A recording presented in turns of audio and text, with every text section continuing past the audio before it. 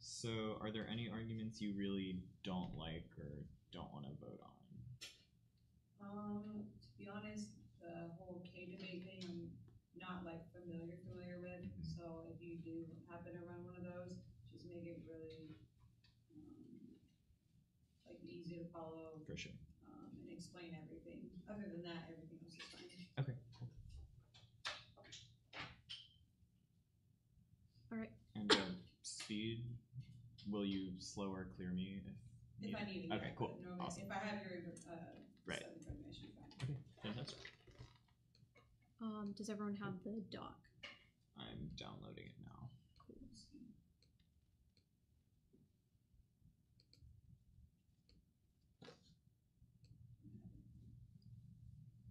Cool.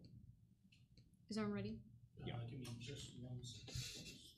Oh, do I have to speak into the microphone? No, it'll pick you up cool. if you're sitting there.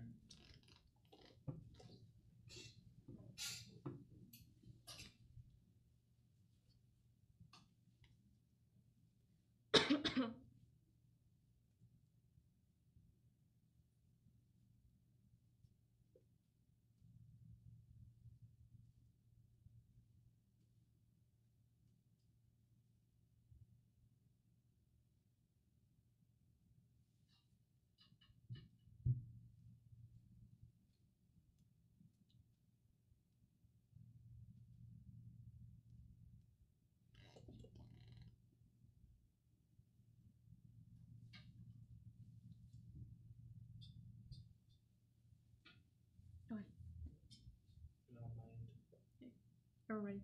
Mm-hmm. Cool. Contention 1 is inherently 1. The defense industrial base is subject to DoD control. Its failing cybercom needs to take over. Chaplain et al. 2018. Weapon systems are subject to control of the DoD organization, such as Cyber Command supports some aspects of weapon system cybersecurity. However, they are not responsible for the current state of DoD weapon system cybersecurity failure and DoD's nascent understanding of how best to develop more cybersecure weapon systems. 2. Trump rescinded Policy Directive 20 allowing cyber offense. Johnson 2018. The Trump administration rescinded Presidential Policy Directive 20 moved necessitates for more aggressive use of offensive cyber operations. The United States is wading into uncharted territory by freeing up U.S. cyber warriors to engage in offensive conflict. Christopher Painter, former cyber coordinator for the State Department, indicated that the change would be an improvement on the status quo or setback depending on what the replacement policy is. Contention 2 is military weapons. 3. The DoD industrial base is extremely vulnerable to cyber attacks. Consensus of independent analysts, World 2018. An entire generation of U.S. weapon systems are vulnerable to cyber attacks. The United States Government Accountability Office wrote that Defense Department testers routinely found risks of critical cyber vulnerabilities in nearly all weapon systems that were under development. Testers in some cases were able to gain complete control of systems in 9 seconds. Catastrophic effects in the event of war. An attacker could alter what U.S. warships are seeing on the radar screens. They can manipulate computer systems to cause navigational errors. Independent analysts have long warned that these vulnerabilities could affect U.S. nuclear weapon systems with catastrophic effects. 4.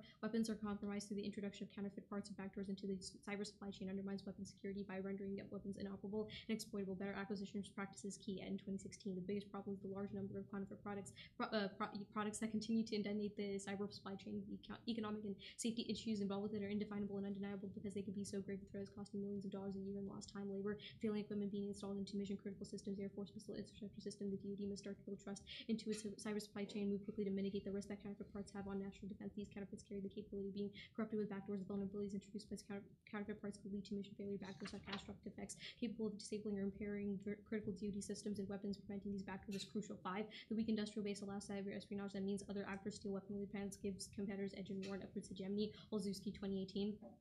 The technological race in the field of defense causes attacks by our cyber armed forces aimed at contractors of the U.S. Army. This is about the widespread exploitation of hardware gaps. Cyber espionage is one of the most dangerous cybercrimes. Cyber attacks have become very inconvenient tools for infiltration of foreign defense systems or theft of military secrets due to the ease of their execution as well as the low risk of revealing the actual source of such an attack. Lockheed Martin was the victim of stealing information about the F-35 fighter, which results in the appearance of this Chinese clone of the name J-31. Their popularity stems from the fact that acts when cyber weapons are used can significantly weaken the morale of the Army and its capability and even desire to conduct effective countermeasures. 6. A vulnerable military industrial base leads to conventional nuclear escalation with Russia, China, and North Korea. Bosnia Ellings 2018. Defense industrial base enables the United States to produce and deploy weapons and equipment that sustain the world's leading military power. The vulnerability of the supply chain, cyber attacks, espionage. The United States is guilty of neglecting military considerations. Fail to anticipate North Korean and China's gray zone.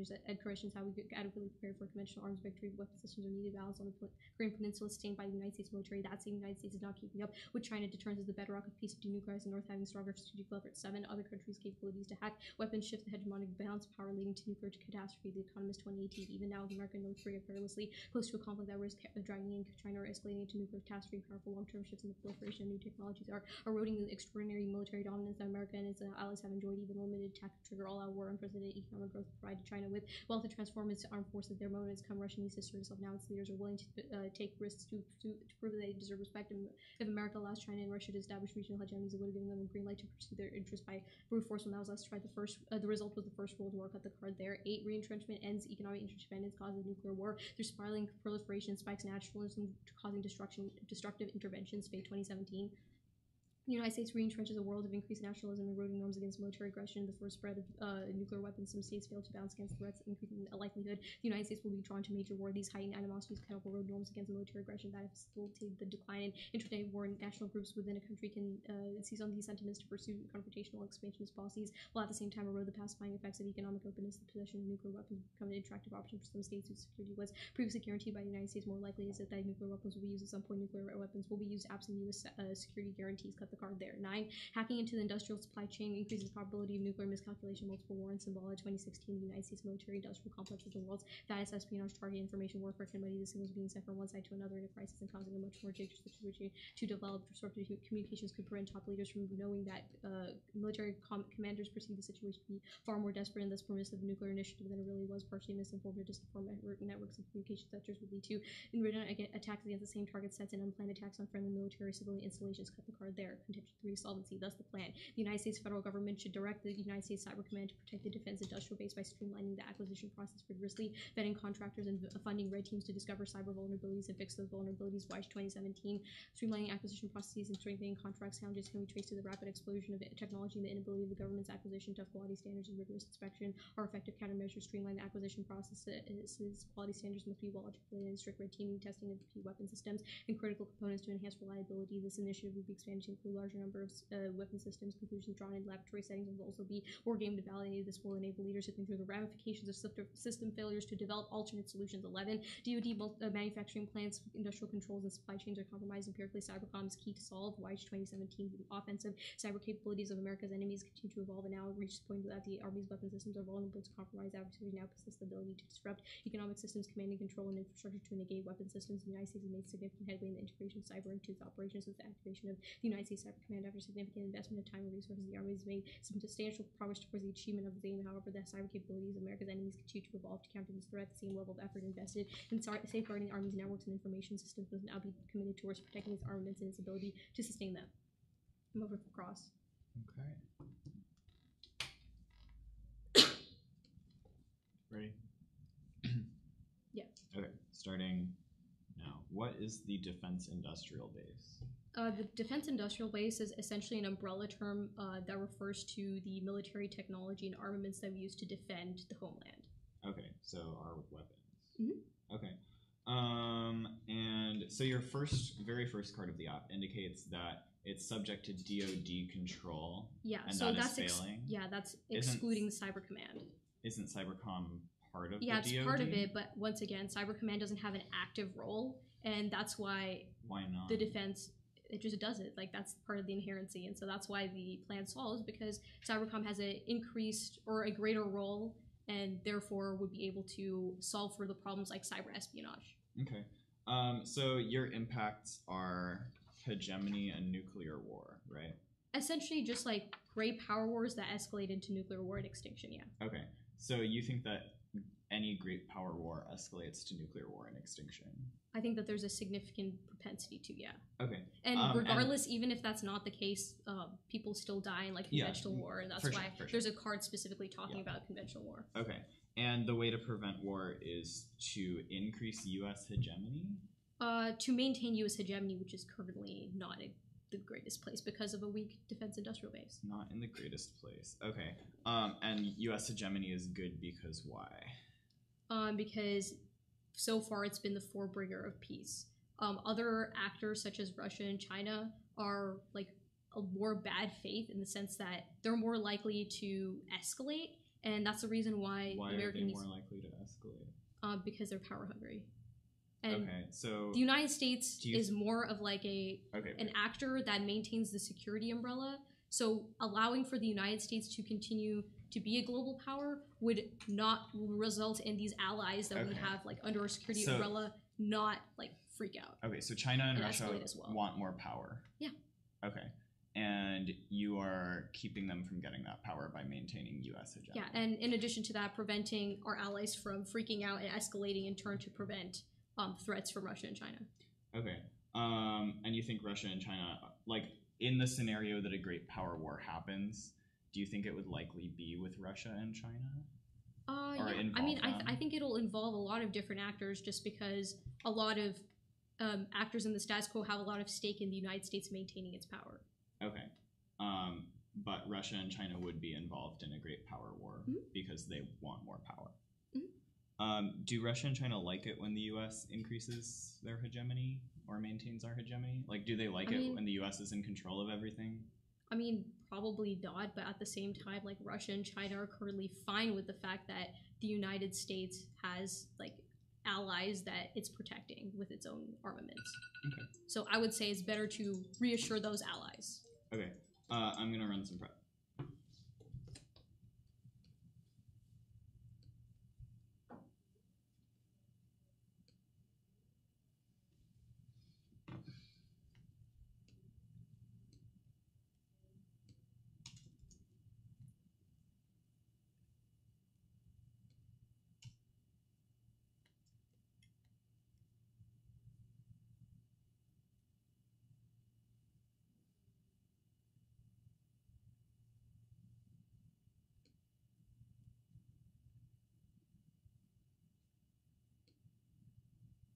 Okay, that was 38 seconds.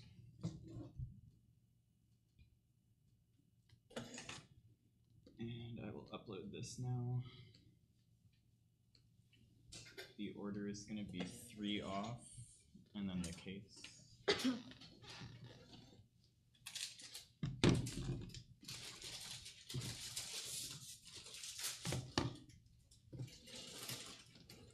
Is it case in order?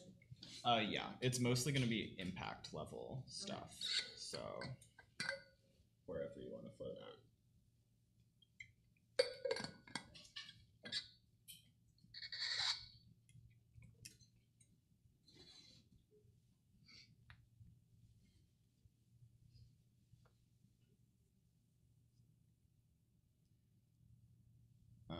Is everyone ready?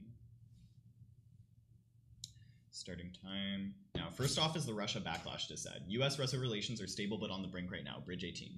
The U.S. political system is the ultimate source of our current malaise. The elite rolled out the risk of 3 in order to desperate bid to keep in control of the U.S. political machine. The real problem with exerting pressure on the White House over Russia is obvious. It's forced Trump, who's mindful of midterms, to go out into dangerous extreme to demonstrate that he's tough in Russia. Although Russia certainly understands that being used as a convenience scapegoat in a battle between U.S. political parties will have no choice but to respond to a manner of such aggressive actions. Next, defensive cyber warfare tech is often mistaken and perceived by other countries as offensive. Reuter 11.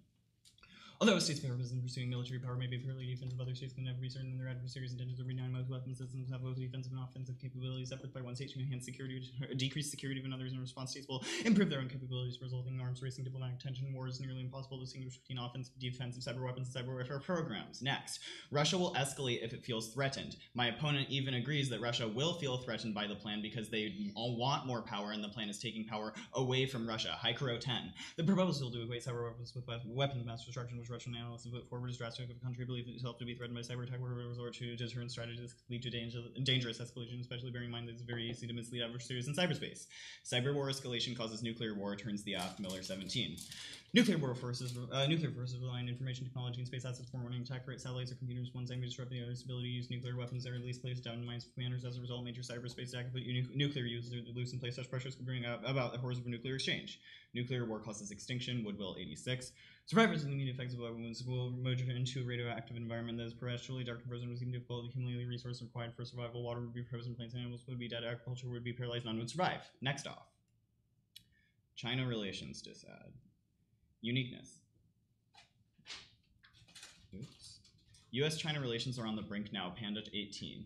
U.S. Defense Secretary's trip is never going to be a walk in the park, but Mattis landed in China's perspective was modest. He had to come to talk about ensuring the U.S.-China relationship remained going in the right direction. This is important in the history of China and the United States. We work our way forward. Mattis told Xi where the United States and China are ensuring the relationship doesn't help the declining economic ties and spiraling trade war amplify the country's disagreements. Link.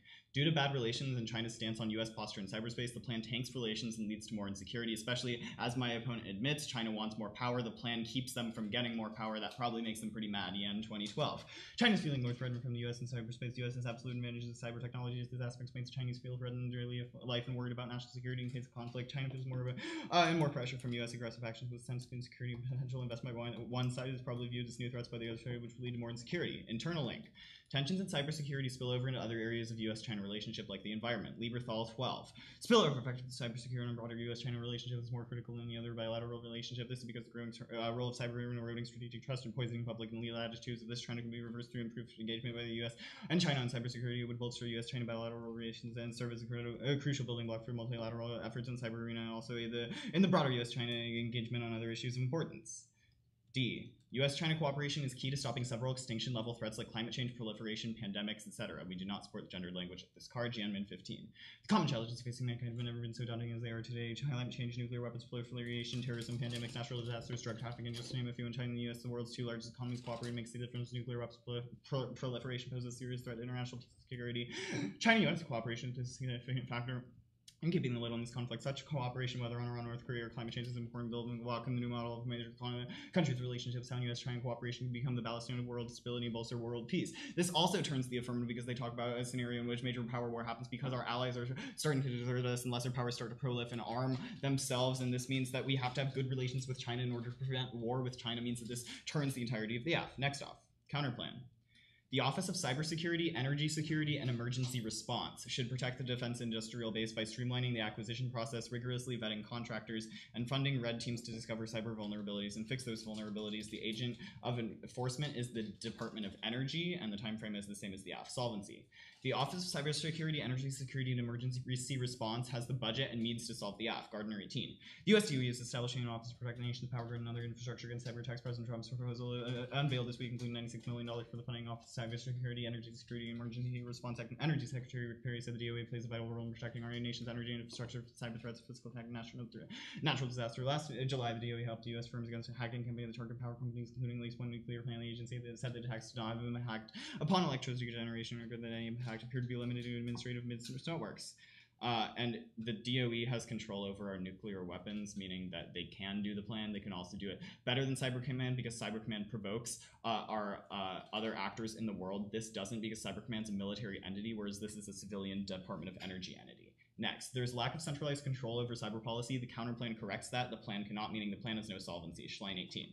Without proper organizational structure, the United States will never achieve operational excellence in cyber endeavors or capabilities distributed across so many different parts of the government. They are overwhelmed by bureaucracy and efficiency. DHS is responsible for national protection. The FBI's lead responsibility for investigation and enforcement. The DoD, including U.S. Cyber Command, is in charge of national defense. No one who wanted to win would organize a critical capability in such a distributed disbursement. Our current approach does not and cannot work. What is needed is a Department of Cybersecurity that will assemble the country's best talents and resources under a single umbrella and coherent policy. By uniting our cyber efforts, we would make the best use of limited resources and ensures the seamless communication across all elements in cyberspace. The department would act on behalf of the government and the private sector to protect against cyber threats. And again, this is not a military actor, meaning it doesn't provoke China and Russia. And link into the disads. Go to the case. Cross-apply that last card I just read as a terminal solvency takeout to the affirmative cybercom will never be able to solve because there's too much dispersed distribution of cyber policy among U.S. entities. Only the counterplan corrects that and solves the entirety of the affirmative. But then go on. U.S. hegemony is bad, turns the entirety of the F. U.S. hegemony leads to a never-ending cycle of war and an attempt to create a stable international system. Lane 98. Indochina and Bosnia demonstrated the strategic preponderance among America's frontiers of insecurity over the international system. Thus, continually arch the geographic scope of the strategic responsibilities to maintain the security of already established interests. Each time the United States pushes its security interests outward, the threats to the new security frontier will apprehend its self-extension leads to new uncertainty, further self-extension. While the core remains constant, turbulent frontiers, the periphery constantly self-expanding. Caught the card at expanding and go down to the next card. Primacy causes resentment and the rise of hostile great powers. The risk of conflict is comparatively greater. Schwartz and Lane, 2002. The rise of greater powers is inevitable when America's favorite primacy accelerates the process. Washington continues to follow in his adult supervision strategy. It treats its allies as irresponsible adolescents, and China as Russia as future enemies. To be suppressed, its relations with these emerging great powers will be increasingly dangerous as they coalesce against what they perceive as an American threat. Was sullen, resentful China would align itself with an Islamic fundamentalist group. Such a situation is hardly beyond the realm of possibility, but form alliances not because they're friends, because they have common values, but because they fear someone else more than they fear each other. Turns the F. Open for cross. And I didn't read those last two cards. Okay. Just so you know. Okay. So how is patching like holes in the cybersecurity chain going to result in Russia lashing out? Okay. So the first argument, first and foremost, in CrossX, you agreed that your AF takes away power from Russia and China. Just quick clarification, I didn't agree to that. I said that right now Russia It's on the wants video to, if you want to replay it. yeah, sure. Okay. But like Russia wants to maintain like regional hegemony right now. Like it's attempting to You said- acquire power. It's not in response to like current United States like actions. But What- anyways, so how Also, is your the second part of the answer to your question is my Reuter 11 card, the second card of the Russia disad, says that even defensive cyber warfare tech is mistaken and perceived by other countries as offensive because Okay. they don't really know what we're doing. so okay, that's fine. Yeah. So on the counter plan, Mhm. so is this what specifically is the actor The Office of Cybersecurity. yeah, and is that Energy under Security and that's under the Emergency DOE? Department of Energy. Yes, Okay. correct. So what jurisdiction does the Department of Energy have in terms of like military intelligence? Well, they first of all control our nuclear weapons. They have jurisdiction Right, I'm talking over about that. intelligence though. Intelligence. They don't really have much control over intelligence. Cool. So if they don't have control over intelligence and like abilities to respond to espionage, how do you do the AF? Well, I think like this Office of Cybersecurity, Energy Security, and Emergency Response can accomplish some of what the AF tries to accomplish, but without provoking China. Yeah, or so Russia. which part of the AF does it accomplish? Like protecting our weapons and our. Does it have jurisdiction over our weapons Yeah. aside from our nuclear weapons? Like, It does has- it have yeah, it has jurisdiction some over the defense jurisdiction. industrial base? I will give you that it doesn't. It probably doesn't solve as much as the AF does, but it still solves without the disads. Okay. So Wait, what's the time on this? Okay. we've got a minute. So yeah, back on the China disadvantage. Mm-hmm. So does China surveil United States military tech right now? I think they probably do, but we don't know. Right, so is that an we don't know the indication- extent to which they do so, Okay. So and we if- also don't know what they do know and don't know. For sure. So is that an indication that, seeing as like China literally created a clone of the F-35 fighter like airplane, isn't that probably an indication that China's already feeling threatened by the United States? No, I would say that they're maybe feeling potentially threatened by the U.S. I would not say that that is an active move by the United States that pushes us over the brink. Okay, Also, I think the insofar- uniqueness scenario I set up that puts us on the brink right now is pretty good. Okay, that's fair. Okay. I'll take running pro.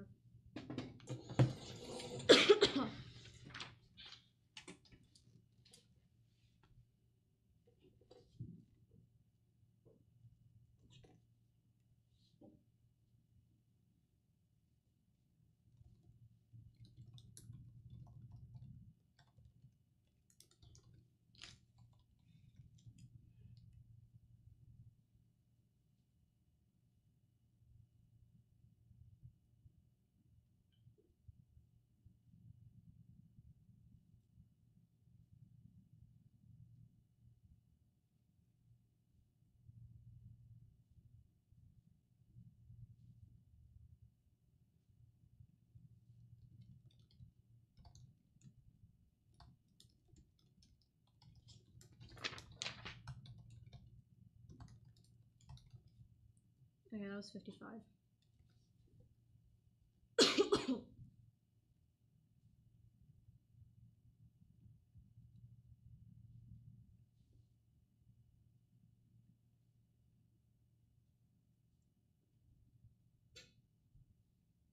Real quick.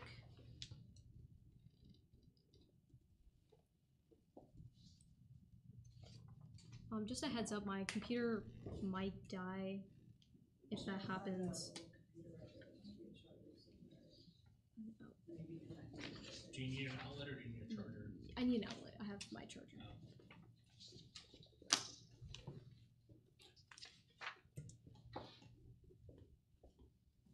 That's fine. Hopefully it'll be able to last.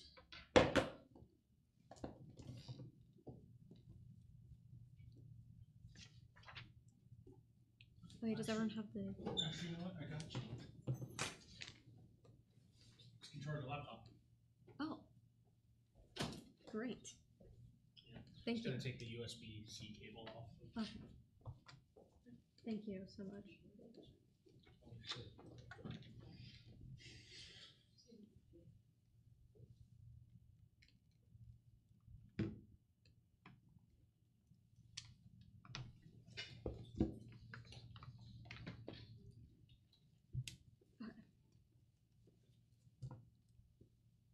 So the order is just going to be an overview, and then I'm grouping the disadvantages into just like Russia, China, and then counterplan in case.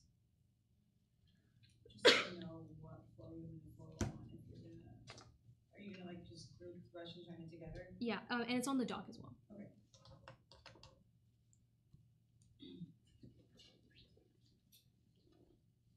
Everyone ready?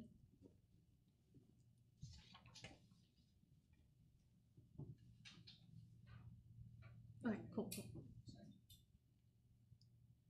So first I want you to extend the entirety of the AF. Essentially the solvency goes clean conceded, and also the fact that the defense industrial base is weak right now, and solving for those holes and preventing cyber espionage is going to be a way to resolve for potential nuclear conflict. So all of those things go conceded, so you're going to extend the entirety of the AF. I'll answer the hedge stuff at the end of my speech.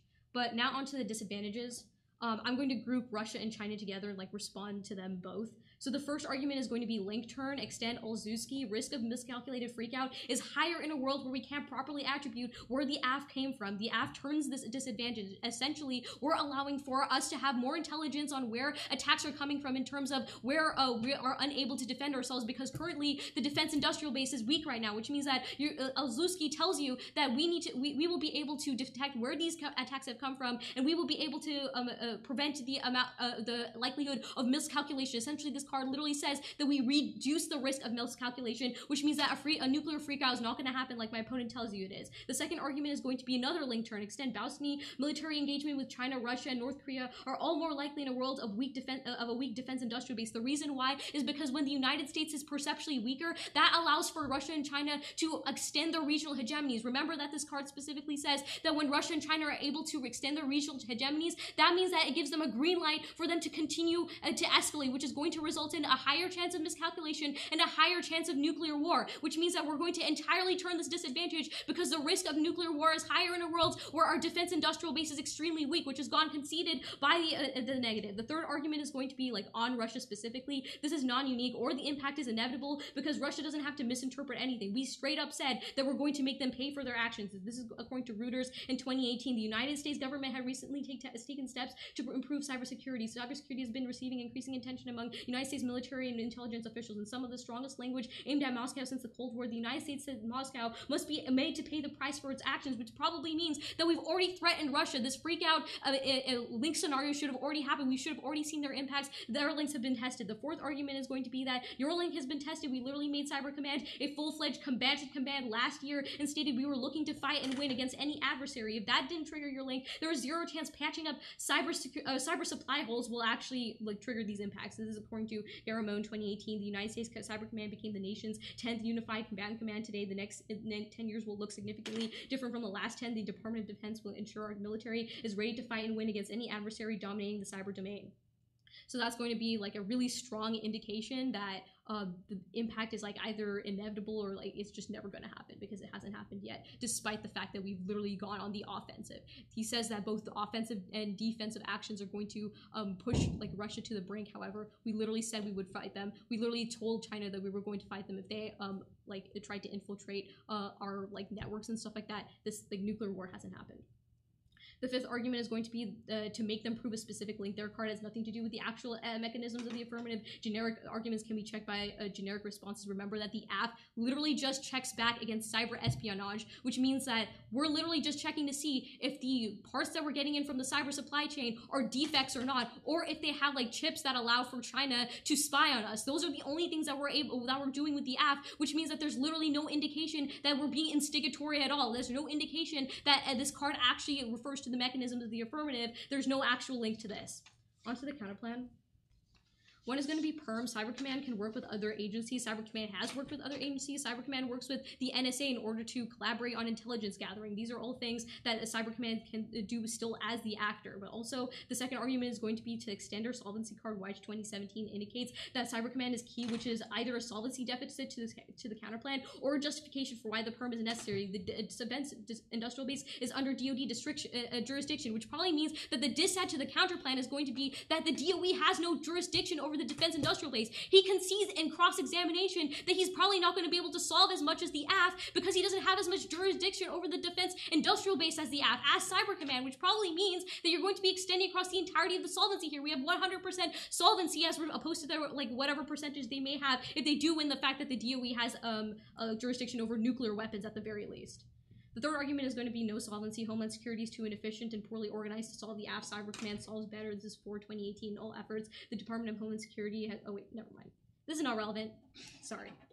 On to case, in response to like the hedge bad arguments. The first argument is going to be outweigh on time frame. The Economist evidence argues that that absent U.S. military dominance, Russia and China will seek regional hegemony and escalate conflict to the level of nuclear catastrophe. Even if hedge is unsustainable, saving it prevents extinction in the short term. The second argument is going to be extend FAE. Letting hegemony collapse is worse. Reentrenchment means that the United States will attempt to regain hegemony through bloody, destructive interventions around the world. Even if it's unsustainable, the United States' pursuit of hegemony is inevitable and never ending, so we should attempt to maintain it. Third argument is that hegemony is sustainable even under Trump. Neg overstretch and free rider arguments are wrong. So this is just like a preempt for like future arguments.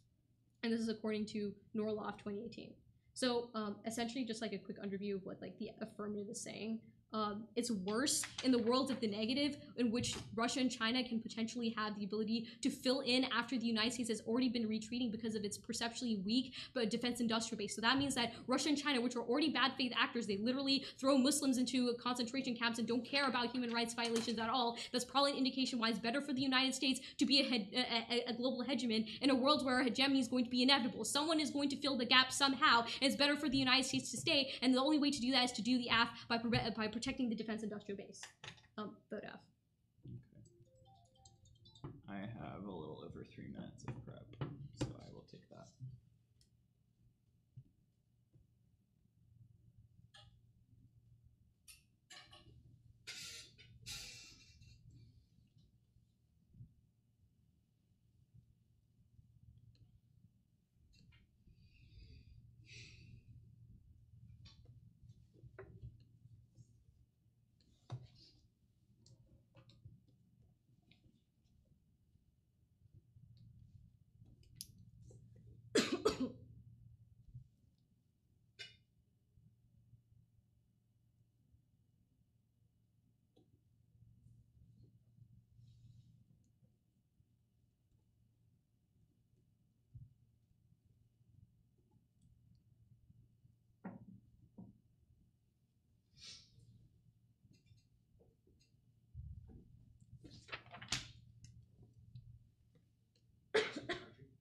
Yeah. Thank you.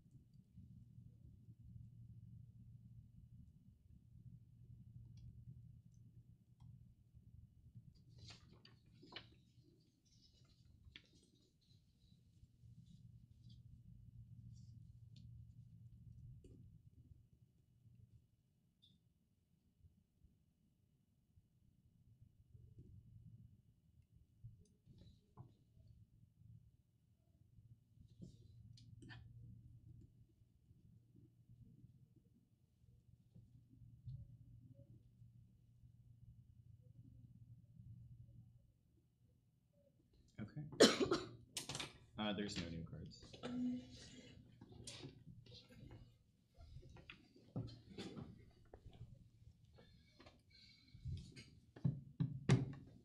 Okay. The order is going to be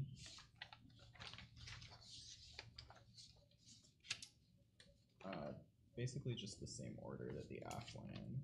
So I'll do Russia, China, counterplan, and then the AF.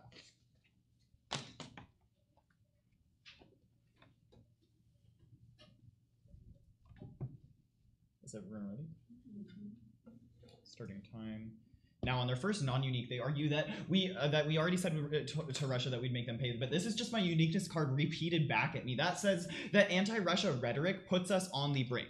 This example that they are giving is anti-Russia rhetoric, telling Russia that we will strike back. But my argument is that actually taking action to buff up our cyber command is what is going to provoke Russia into escalating back at us. They say, oh no, Link, Cybercom was made a full combatant last year. Yeah, this put us on the brink.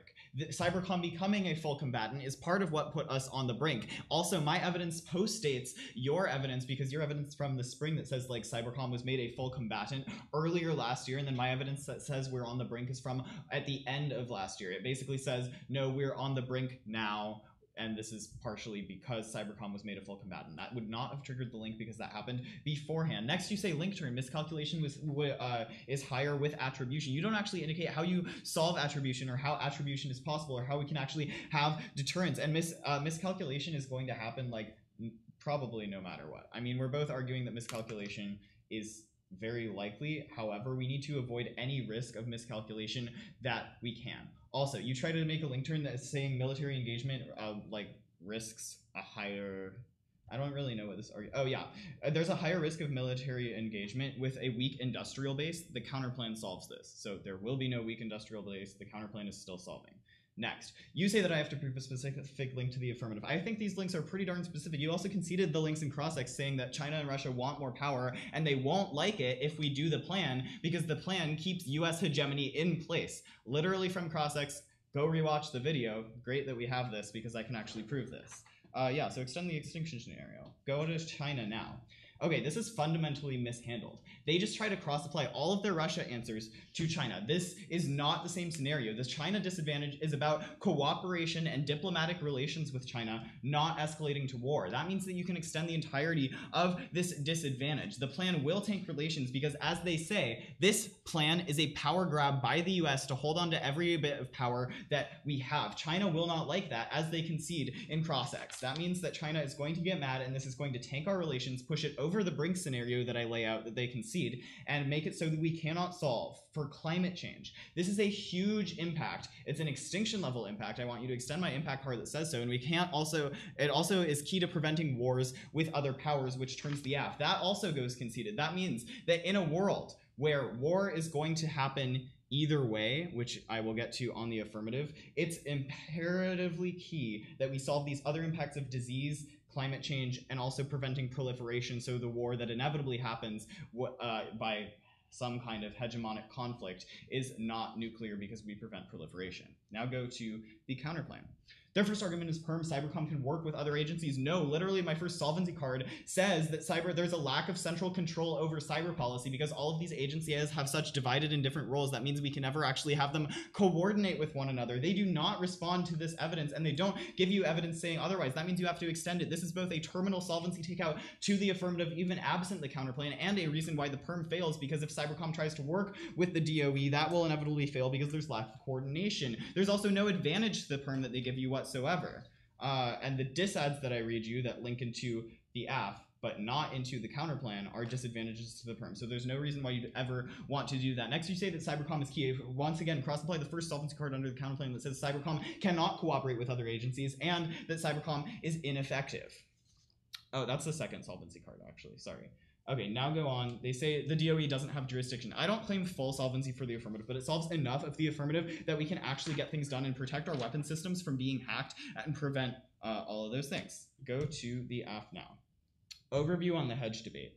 In a world where endless war is inevitable, because I'm saying that US hegemony produces endless cycles of war, they are saying In a world without US hegemony, there will be endless cycles of war. What we're basically finding here is, no matter what, endless cycles of war are inevitable. That means that the impact you have to prioritize is the other extinction impact of climate change in this round, which only I as the neg access because they tank our relations with China. And even any risk of a link on this disad linking to the affirmative is enough for you to vote a negative, because the risk of tanking our relations with China and making it so we can't solve for climate change is the only unique impact that stands out that I access that they do not. So basically, like, just because war is inevitable, that doesn't mean that you should do the affirmative. Because if war is inevitable, the affirmative really doesn't have anything going for them at all. We probably shouldn't anger China so we can solve other extinction impacts in this round and disease and other things like that. Also, I want you to extend the last card that I read in my 1NC, which said that US primacy causes resentment and rise of hostile great powers.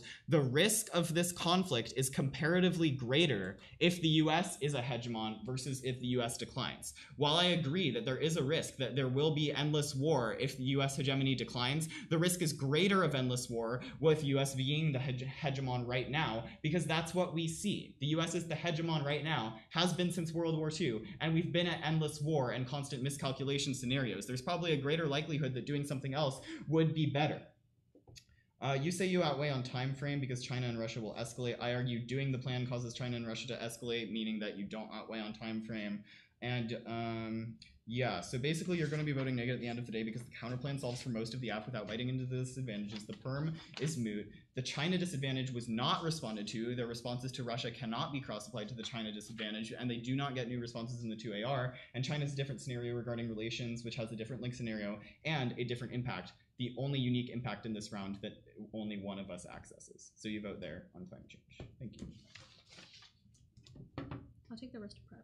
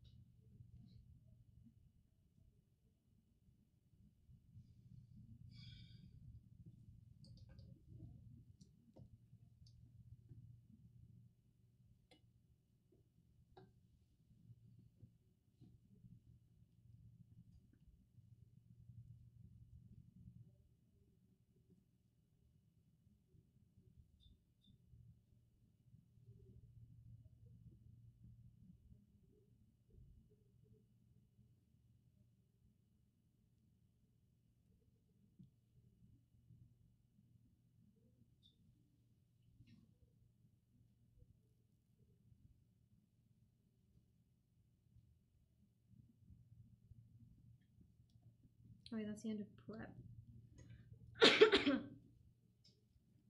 It's just gonna be same order with an overview on top. Same order as the NR. Okay. Okay.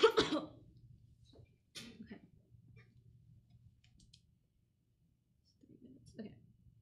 You will be voting for Pacific AS in today's debate because the act resolves any risk of the dishads happening and any risk of nuclear war, and also secures the defense industrial base, ensuring that we are safe. On the responses to like my responses on the Russia and China disadvantages. He essentially makes one front line as saying that like the anti-Russia rhetoric doesn't matter because that's precisely what put us over the brink. However, I want you to extend it across the Reuters 2018 card, which specifically post-states this analysis about Russia, on like our relations with Russia being on the brink, which probably is an indication that we were much more aggressive rhetorically to Russia even after we were on the brink, and we still didn't go to war with them, which is probably an indication that their impacts are not going to happen if we do the AF. But also, even if you don't buy that analysis, you're going to extend the two dropped link turns, which are going to be extremely important in today's debate. The first link turn was extending Olszewski, which says that the risk of miscalculated freakout is higher in a world where our defense industrial base is weak because we can't detect where these attacks are coming from. This goes cold conceded, which is probably an indication that we have a better opportunity of defending against engagement with China, Russia, and North Korea are all more likely in a world with a weak defense industrial base, which probably means that because of the fact that the affirmative is the only, the Cyber Command is the only actor that actually has jurisdiction over the defense industrial base, that the affirmative is only going to be able to resolve for this idea of military engagement with China, Russia, and North Korea.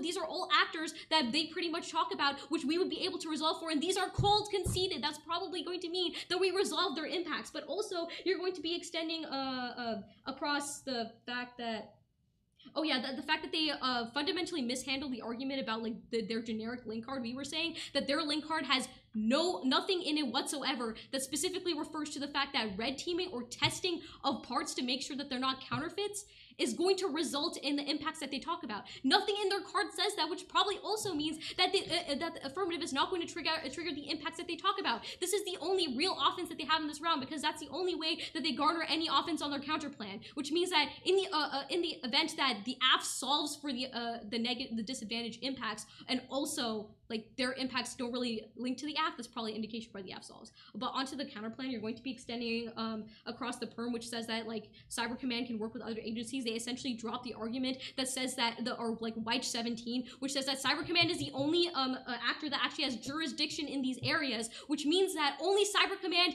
can defend the defense industrial base, which means that the counter plan will never be able to solve to the level of the AF. Go to the AF. You're going to be extending across the fact that he said that nuclear war is inevitable, which means that it's going to be try or die for the AF.